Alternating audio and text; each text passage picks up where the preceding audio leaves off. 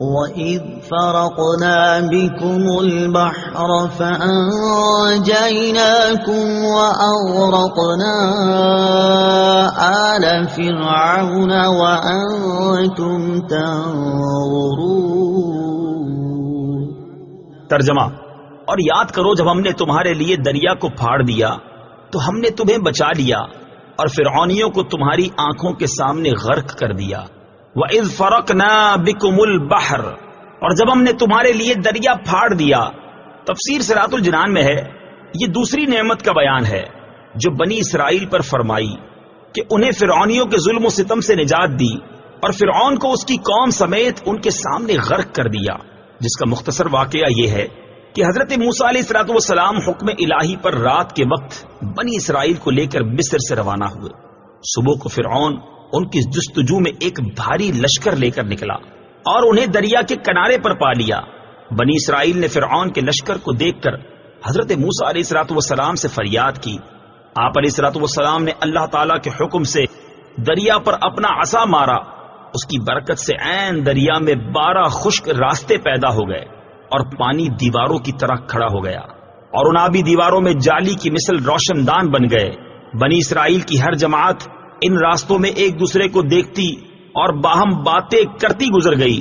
فرعون بھی اپنے لشکر سمیت ان دریائی راستوں میں داخل ہو گیا، لیکن جب اس کا تمام لشکر دریا کے اندر آ گیا تو دریا اپنی اصلی حالت پر آیا اور تمام فرعونی اس میں غرق ہو گئے، اور بنی اسرائیل دریا کے کنارے فرعونیوں کے غرق کا منظر دیکھ رہے تھے۔ انبیاء کرام علیہ السلام پر ہونے والے انعام کی یادگار قائم کرنا سنت ہے۔ فرعونیوں کا غرق ہونا محرم کی 10ویں تاریخ کو ہوا اور حضرت موسیٰ علیہ السلام نے اس دن شکر کا روزہ رکھا۔ صحیح بخاری اور صحیح مسلم میں ہے، حضرت عبداللہ بن عباس رضی اللہ تعالی عنہما فرماتے ہیں جب حضور پرنور صلی اللہ تعالی علیہ وسلم مدینہ منورہ تشریف لائے تو آپ نے دیکھا کہ یہودی عاشورہ کے دن روزہ رکھتے ہیں۔ آپ صلی اللہ تعالی علیہ وسلم نے ارشاد فرمایا، یہ کیا ہے؟ یہودیوں نے عرض کی، یہ نیک دن ہے، یہ وہ دن ہے جس میں اللہ تعالیٰ نے بنی اسرائیل کو ان کے دشمن سے نجات دی۔ تو حضرت موسیٰ علیہ السلام نے اس دن روزہ رکھا تھا۔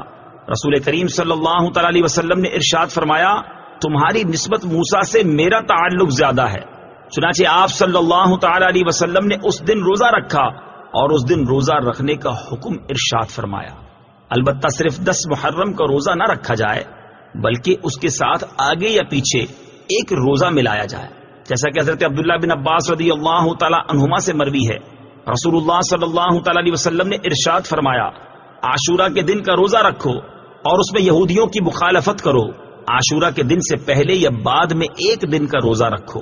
اس سے معلوم ہوا انبیاء کرام علیہ السلام پر جو انعام الہی ہو اس کی یادگار قائم کرنا اور شکر بجا لانا سنت ہے، اگرچہ کفار بھی اس یادگار کو قائم کرتے ہوں۔